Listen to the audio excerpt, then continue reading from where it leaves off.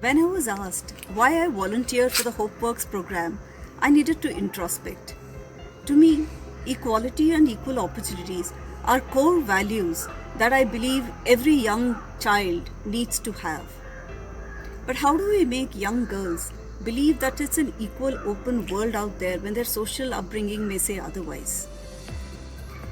This was a tall task, and I looked back at my long corporate career and realized that role models play an important role in shaping the minds and thoughts of people who join into organizations. So, making girls feel confident, think for themselves, and have hope had to be modeled on similar lines. So, when Jacinta asked me about volunteering for the HopeWorks Foundation, I was instantly drawn to it. I had no experience in working with schools or with children or girls in their teens, but I thought there must be a process and a method that we could use to inculcate in them the qualities that are needed to be confident in the world out there. The last 1 year has been a lot of unlearning and learning for most of us in the program. But now, every time a young girl gets the courage to walk up on stage to give a speech, or go and join a college to pursue a course of her dreams, or talk of a professional career that she wants to take up, all of us feel happy. Not only us, but also the other young girls to whom she is a role model.